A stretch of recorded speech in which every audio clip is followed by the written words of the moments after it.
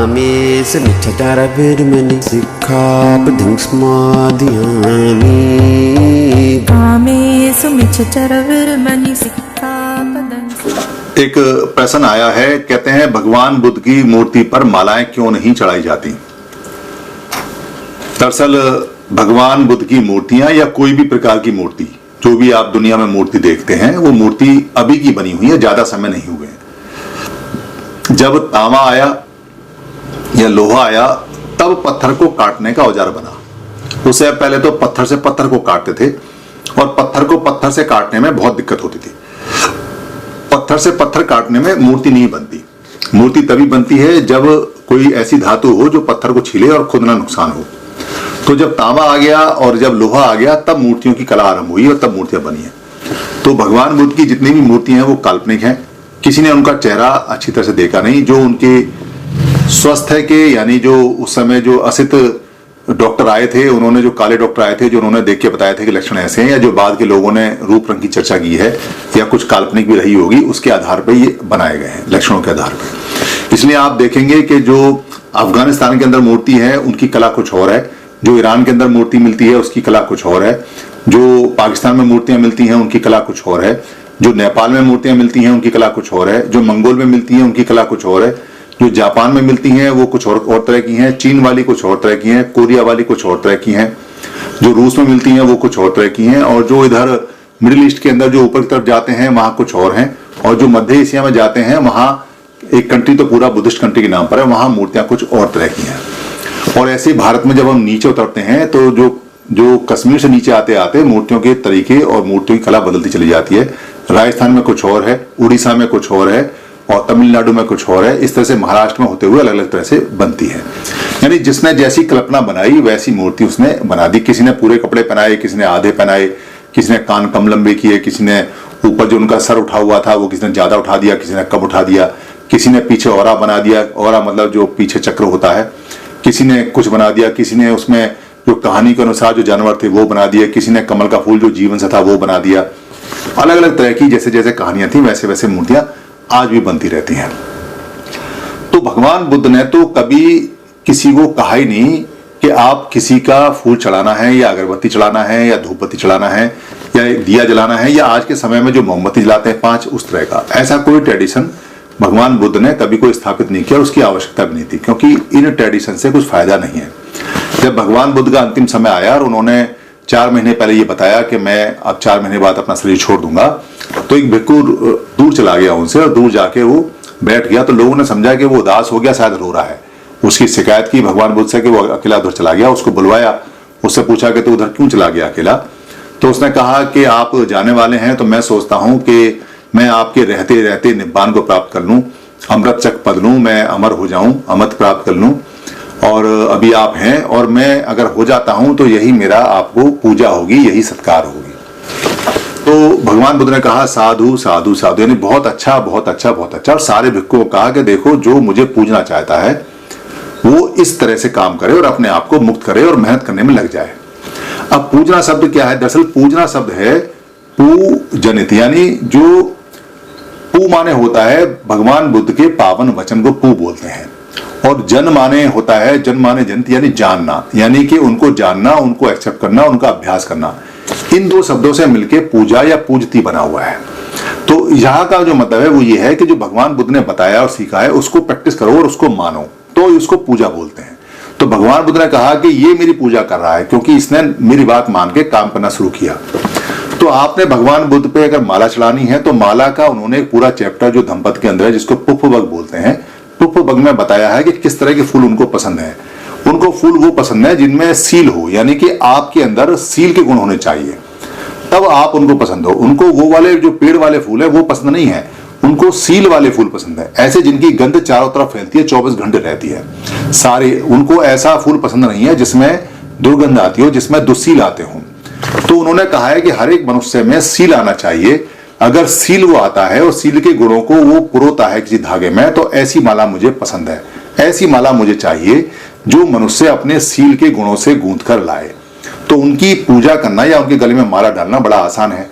आप अपने सारे जितने भी सील के गुण हैं, यानी कि जो बुराइयां उन्हें छोड़ दो, आप शराब मत पियो, आप सिगरेट मत पियो, आप जुआ मत खेलो, आप व्यभिचार मत करो, आप रिश्वत मत लो, आप आलस मत करो, आप जो हिंसा है उसे मत करो, आप झूठ मत बोलो। ये जो कर्म है आप जब छोड़ दोगे और सील का अपनाओगे तो उसकी जो माला बनेगी वो माला उनको चाहिए, वो माला उन पर चढ़ती है, जो दिखाई नहीं देती, जिसकी खुशबू चारों तरफ होती है उनके अनुयायियों की और उनकी भी। तो ऐसी माला अगर आपके पास है तो बुद्ध ने ऐसी माला के लिए बार बार कहा है। और आप खाली अगर ऐसा सोचते हो कि बाजार से 4 फूल खरीद लिए, 4 मोमबत्ती खरीद ली, कोई धागा खरीद लिया, 4 पीपल के पत्ते खरीद लिए, लोटे में वो डाल लिए और वहां जाके नीचे को 3 बार जाके धौक लगाई हमने और उसके बाद भगवान बुद्ध का बड़ा लंबा सा चौड़ा सा ऊपर हाथ जोड़ के कहा भगवान बुद्ध का जय हो, भगवान बुद्ध की करुणा हो। ऐसा भगवान बुद्ध ने नहीं कहा कि आप भगवान बुद्ध का उद्घोष करें और भगवान बुद्ध का करुणा से ऐसे नहीं होती। उन्होंने तो कहा है कि आप अपने अंदर सीलों का गुण लाइए, सीलों की खुशबू आनी चाहिए, सीलों के रंग आने चाहिए, ऐसे फूल चाहिए मुझे, ऐसी मुझे मालाएं चाहिए। इसलिए क्योंकि मूर्तियां बाद में बनी थी, पूजा पाठ का सिस्टम कहीं भी पूरे भारत में बुद्ध की किसी भी स्टैचू पे नहीं है। अगर कोई पूजा पाठ करता है और मूर्ति चढ़ाता है और मोमबत्ती जलाता है और रंग बिरंगी चीजें वहां रखता है और खूब वहां नए नए कपड़े पहन के बिछा के और 3-3 बार धूप लगाता है और उसके बाद शाम को दारू का पैक खुल लेता है और सिगरेट मारता खींच के और व्यभिचार करता है जोर से और झूठ बोलता है खींचकर, तो वो बेसिकली भगवान बुद्ध को कोई माला वाला नहीं चढ़ रहा है, वो तो उनकी विचारों की जो माला है उनकी बेइज्जती कर रहा है।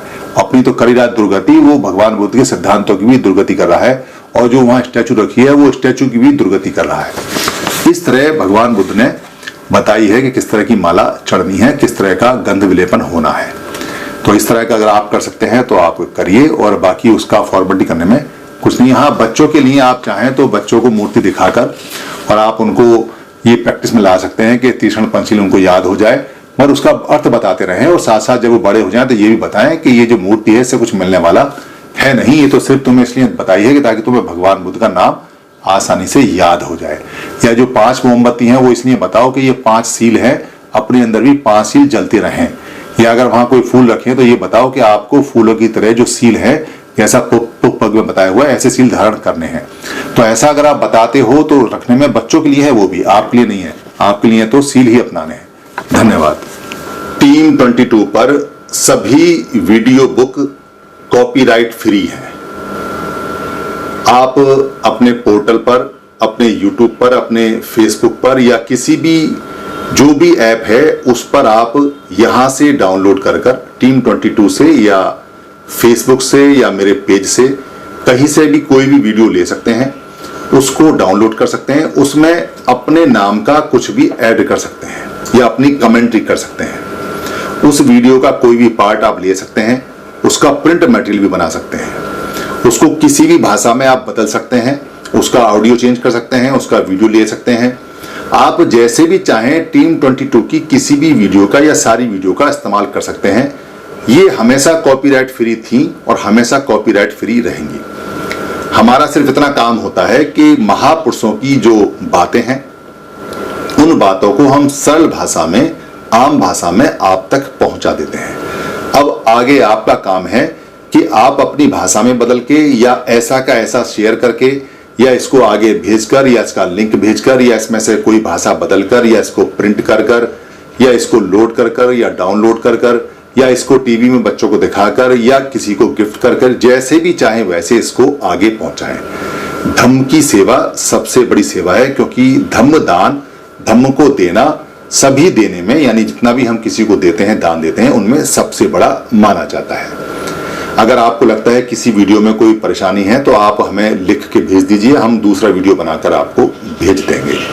आप धम्म की सेवा में सहायक बने, धम्म आपको खूब लाभ देगा, धम्म आपको लाभ देगा, आप धम्म को लाभ देंगे, ये दोनों इंटरचेंज है। यही धम्म की प्राकृतिक नियम है। धन्यवाद। गच्छामि।